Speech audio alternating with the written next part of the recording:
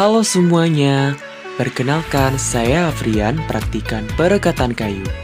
Pada hari ini, kita akan membuat perekat pati dari tepung tapioka. Sebelum kita masuk ke proses pembuatannya, yuk kita kenalan sama alat dan bahannya.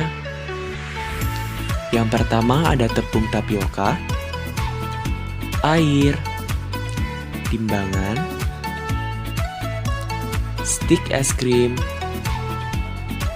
sendok, panci, wadah, kuas, kompor, dan yang terakhir alat tulis. Nah, setelah semua alat dan bahan siap, yuk kita masuk ke proses pembuatannya. Yang pertama, timbang tepung tapioka sebesar 100 gram.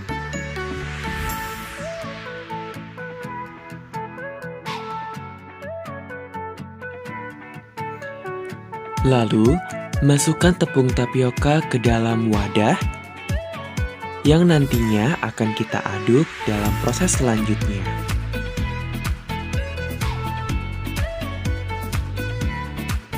Tambahkan air sekitar 400 ml.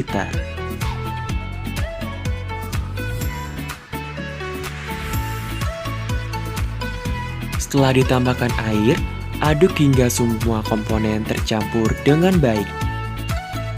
Oh iya teman-teman, keadaan adonan harus dalam keadaan encer ya. Jadi boleh ditambahkan air apabila belum encer. Selanjutnya kita akan masuk ke proses pemasakan. Tuang adonan ke dalam panci. Lalu nyalakan kompor dengan api kecil.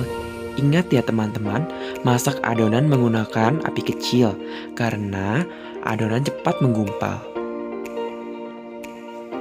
Aduk terus hingga semua adonan terpolimerisasi dengan sempurna. Kalian juga dapat menambahkan air sesuai kebutuhan agar adonan tidak menggumpal dan keras. Nah, apabila adonan sudah terpolimerisasi dan tekstur sesuai yang diinginkan, matikan api dan diamkan selama beberapa menit. Nah, perekat kita sudah jadi teman-teman. Sudah siap kita laburkan ke dalam stik es krim. Ambil kuas, lalu laburkan pada satu sisi stik es krim, yakni disebut dengan teknik single spread. Laburkan secara merata, lalu tumpuk dengan stik es krim lainnya. Jangan lupa dirapihkan ya teman-teman.